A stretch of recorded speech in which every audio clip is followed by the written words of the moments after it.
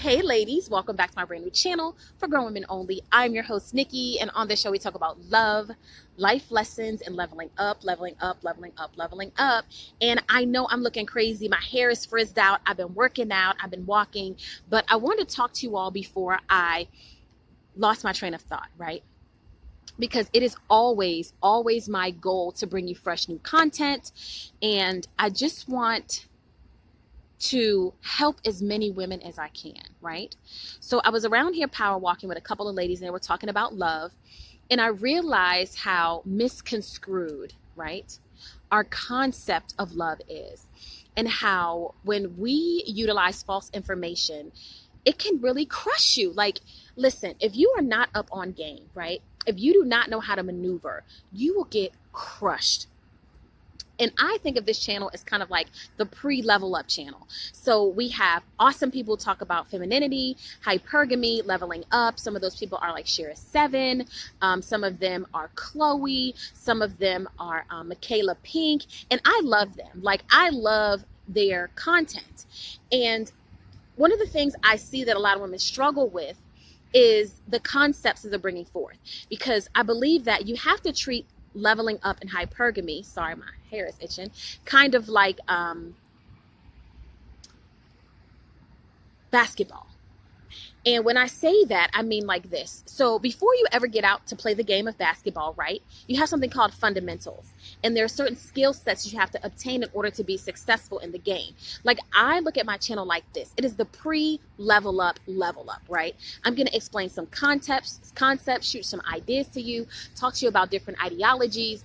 So that when you go to like a Chloe, or you go to a Michaela Pink, or you go to a Shira7, it's not foreign to you. It's like you can accept it. You can look at it. You can twist it around. You can, figure out what suits you and put it to use, right?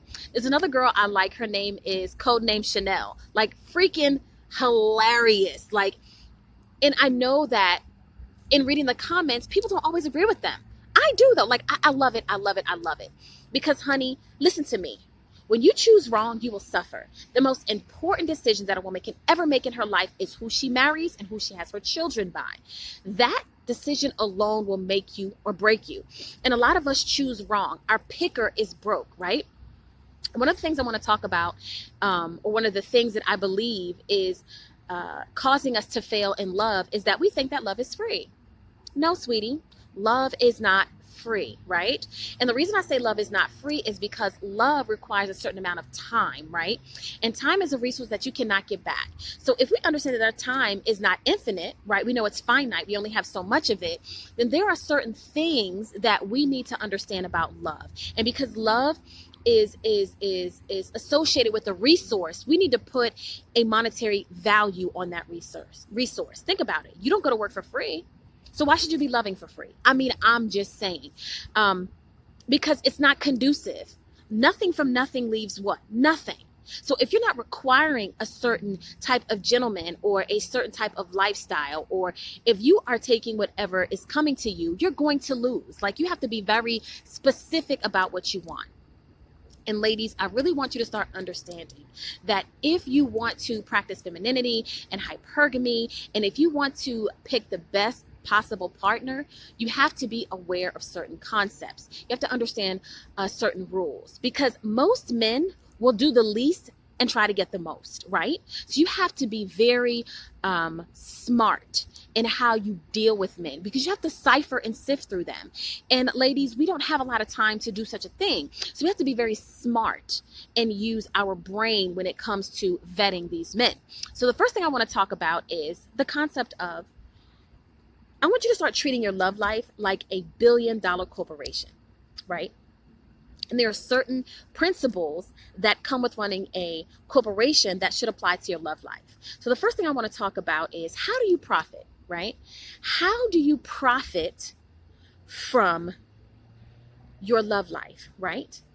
If you are dating for a purpose, your goal is to make sure that if you are giving a resource such as your time and your body and your love and your presence and your help meet skills, that you are getting what you need in return. A lot of us are getting so much and not getting anything in return. It's like, do you understand that the rich only marry the rich? Because if you marry correctly, honey, you're going to profit from it. You don't believe me? There's alimony, there's child support, there's a lifestyle that this man has agreed to keep you in. So why would you deal with anything less? You are giving your body, right? You are housing a baby. If you decide to have children in your body for 9 to 10 months, right? You need to be protected. You need to be sheltered. You're growing a whole human being. You don't need to be sitting on your feet, working crazy hours, chasing a man down, like trying to get child support from a guy that don't got nothing. Like, no. A man's job is to secure resources so he can secure you, right? And secure your family. But ladies, instead of falling in love with their wallet and figuring out how we can profit, we're falling in love with a pretty face. No, love. Leading with your looks is feminine. When men lead with their looks, it's feminine. Sorry, it just is. Women lead with their looks, honey. If the men have the money, you have the looks. Second thing I want you to think about is he investing in you? Every company needs an investor. You need to find someone who can back you and allow you to flip your money. That's what investors do. They provide the monetary skill set. They are actually coaches. They are accountability partners. They can help you maneuver. Think about it. Even the Bible says that 2 is better than 1. That, one can chase 1,000 and 2 can chase 10,000. Honey, you have to figure out, is he willing to invest in you? Because when men invest their money in you, they ain't going nowhere. Because they realize that they have tied up their resources in you. Think about it.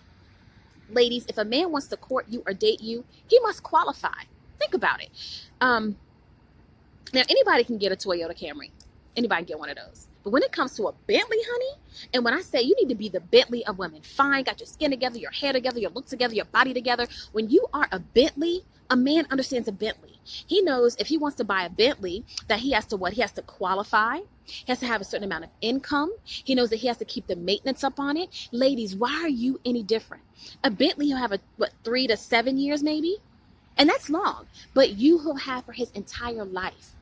Why would you allow somebody to come to you so cheaply? Is he investing in you? Think about what I'm saying. Ladies, that is how you know if a man is serious. He will put his money where his mouth is.